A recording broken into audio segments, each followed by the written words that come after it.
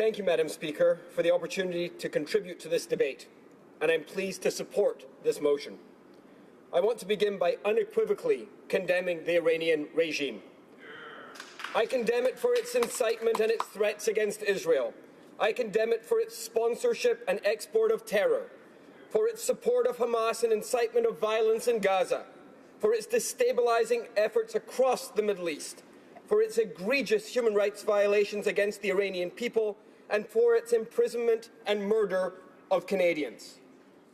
I think we need to distinguish that we are not condemning the Iranian people, but the theocratic, authoritarian regime under Ayatollah Khamenei. The Iranian people are the greatest victims of this regime and have their most basic rights and freedoms and aspirations crushed every single day. To start, I want to focus on Iran's clear call for Israel's destruction. Just last week, Iran's leader, Ayatollah Khamenei, called Israel a malignant, cancerous tumor that has to be eradicated. This isn't a new position. Iran spreads this message around the world. In Toronto and across Canada, we experience annual Al-Quds Day rallies where demonstrators call for the destruction of Israel with blatant anti-Semitic incitement and hate directed towards Jews and Israel.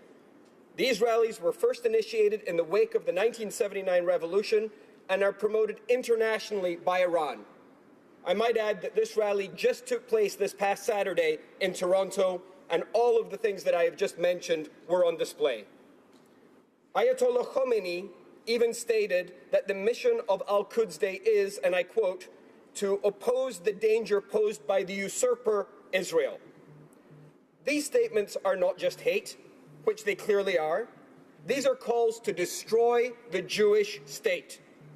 As the terrorist groups Iran funds say, they want to drive Jews into the sea. That brings me to a point on the recent violence on the Israel-Gaza border. And I'll state that it's clear the terrorist organization Hamas bears direct moral responsibility and culpability for the unfortunate loss of life. But what many people tend to overlook is the role Iran plays as a destabilizing force in the region, in particular as a supply of weapons and money to the terrorist groups that threaten and attack Israelis on a near daily basis. The rockets that Hamas indiscriminately fires into Israel, which is a war crime, are supplied by Iran. The rockets that the terrorist group Hezbollah fired into Israel during the 2008 war, and which it continues to stockpile today to threaten Israelis, those are supplied by Iran.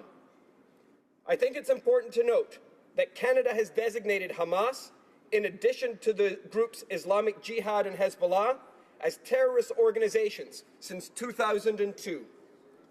This is a position that the government continues to hold.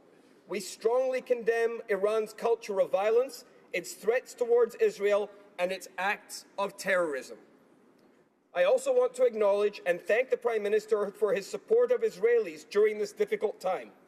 He clearly stated that Israel has every right to defend itself against these deplorable attacks by the terrorist groups Hamas and Islamic Jihad.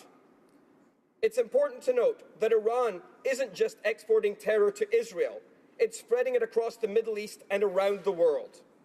Iran is an active belligerent in the Syrian civil war. It wholeheartedly supports its client, the Assad regime, and the brutal repression of the Syrian people.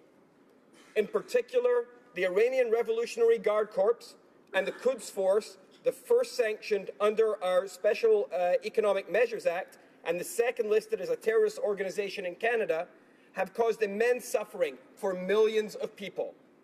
In Yemen, Iran actively supports and supplies Houthi rebels with weapons, encouraging and enabling them to continue the bloody civil war under which millions of Yemenis suffer horribly.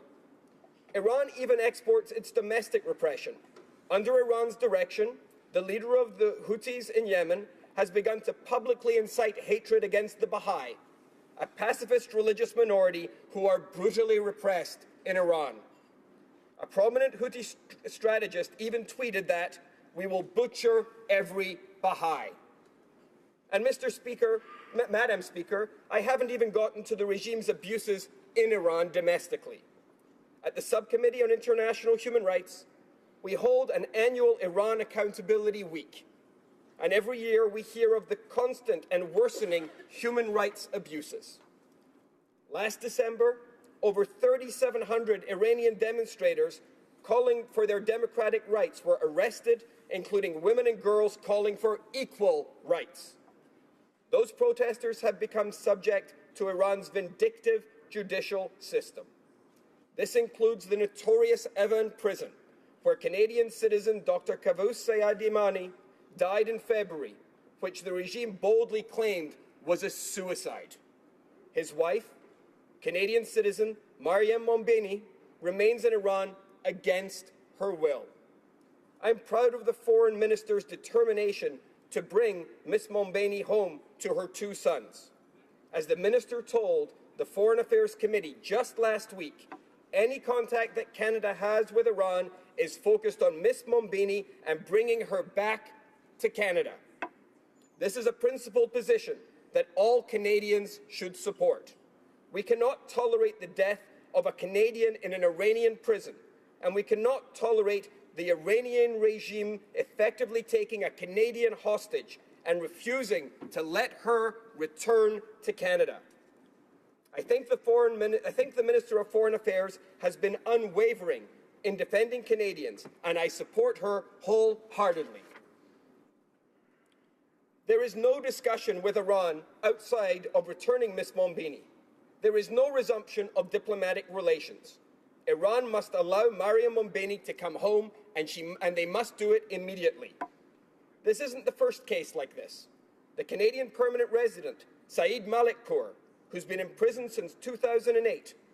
The tragic case of Zahra Kazemi, the Canadian journalist who was murdered by torture in Evin prison.